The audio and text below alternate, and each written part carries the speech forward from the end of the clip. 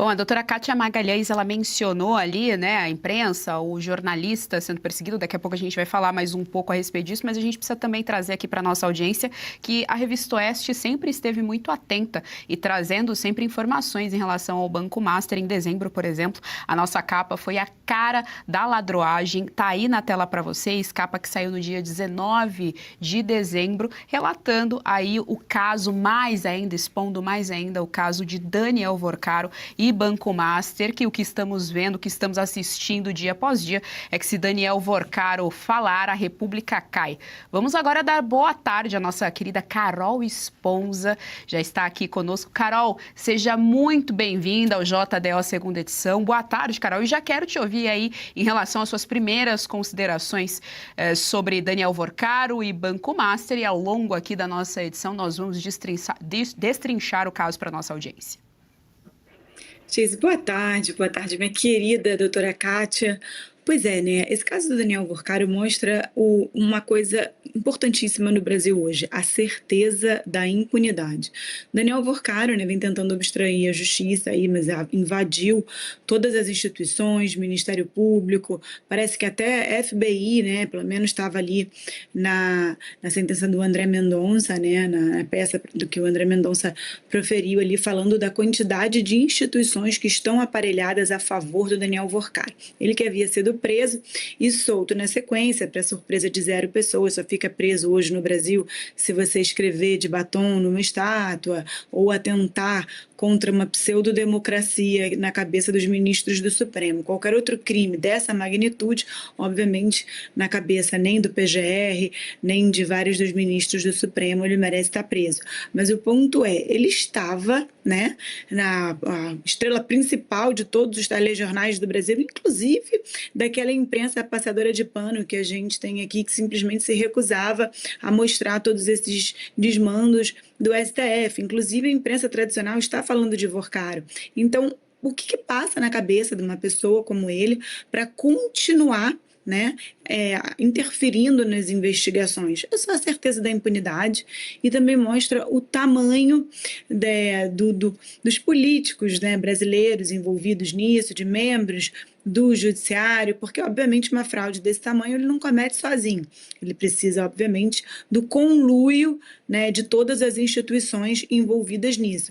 Então o que a gente está esperando cadê os peixes grandes nisso tudo? A gente vem assistindo essa fritura pública do Toffoli, né, sócio de Vorcaro, no resort Itaiaia, uma própria fritura comandada pelo chefe da Polícia Federal, o presidente Lula. Então, uma expectativa muito grande que dessa vez a gente teria um impeachment de ministro do Supremo, mas não porque seja só culpa do Toffoli, mas porque ele seria aí, né, uma peça central, né, ministro do STF, que seria jogado como boi de piranha. Mas a gente quer saber quem são todos os envolvidos, além da esposa do ministro Alexandre de Moraes, quais são os outros ministros envolvidos, quem são os outros membros do judiciário. A gente tem, né, não é só STF nos casos dele, tem STJ, tem várias outras cortes, Ministério Público, PGR. Por que o Gonê demorou tanto, então, para dizer que precisaria de uma prisão preventiva? Então, tem muitas perguntas aí que a gente vai precisar observar para ver se a gente consegue as respostas delas nessa semana. Segundo a Polícia Federal, um grupo comandado por Vorcaro invadiu sistemas da PF, do Ministério Público, do FBI e até mesmo da Interpol. Luiz Felipe Mourão, o sicário, apontado como coordenador de vigilância do grupo criminoso liderado por Vorcaro, usou credenciais de terceiros para acessar indevidamente dados sigilosos e, assim, monitorar autoridades, adversários e jornalistas. As informações eram repassadas a integrantes do grupo responsáveis por remover conteúdos e perfis em plataformas digitais consideradas prejudiciais.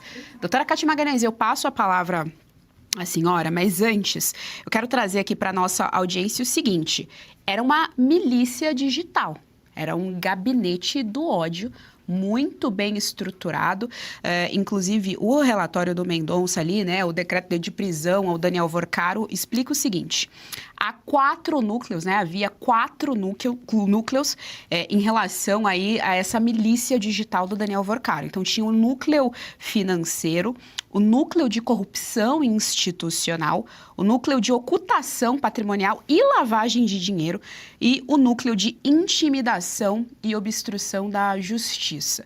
É interessante, doutora Kátia Magalhães, mais à frente a gente vai falar especificamente do jornalista Lauro Jardim, mas é interessante que hoje a imprensa, essa imprensa, o conglomerado da imprensa, a velha imprensa que nós costumamos chamar, acordou assustada, vendo que existe perseguição ferrenha, perseguição política a jornalistas.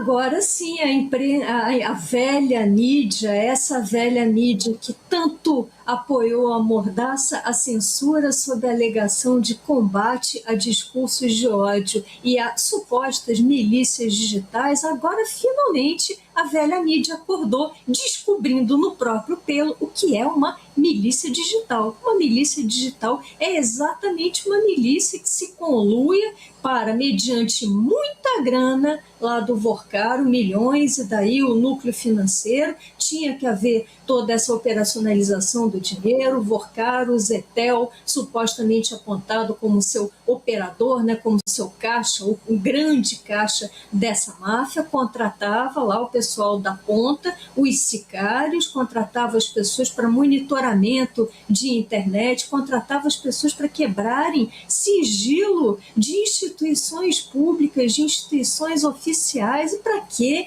Exatamente para que Vorcaro pudesse manipular, subornar e ou ameaçar funcionários, incluindo funcionários do Banco Central, sobre medidas a serem tomadas aí em torno da liquidação do seu Banco Master. Nós tínhamos todo esse núcleo que configura os requisitos, o preenchimento, aliás, mais que preenchidos, os 2 requisitos para prisão preventiva no Brasil. O que é uma prisão preventiva? É aquela prisão decretada para manutenção da ordem pública e para manutenção da rigidez das provas. Aqui nós temos fumaça de cometimento de delito. Nossa, uma fumaça que é um fumaçal diante de todas as evidências colhidas pela PF. E nós temos o perigo da liberdade de figuras como Vorcaro, Zetel, como esse Mourão, o tal sicário. A liberdade dessas pessoas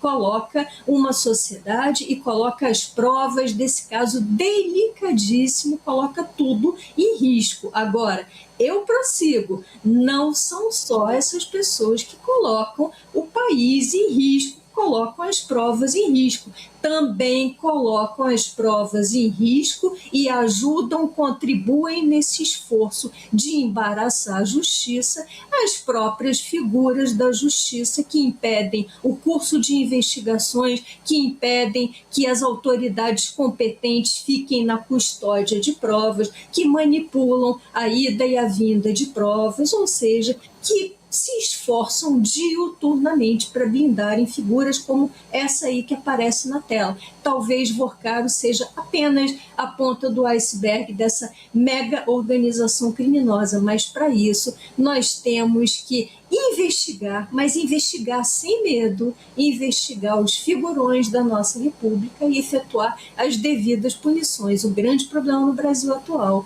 é que os maiores suspeitos de tudo são os grandes julgadores do país. E esse é o nó. Como vamos sair disso, Brasil? Precisamos para ontem e precisamos com a força de um órgão chamado Parlamento. Congresso Nacional, acorde já e cumpra as suas funções antes que seja tarde demais. Gostou do conteúdo que viu por aqui no canal da Revista Oeste? Compartilhe e deixe o seu like.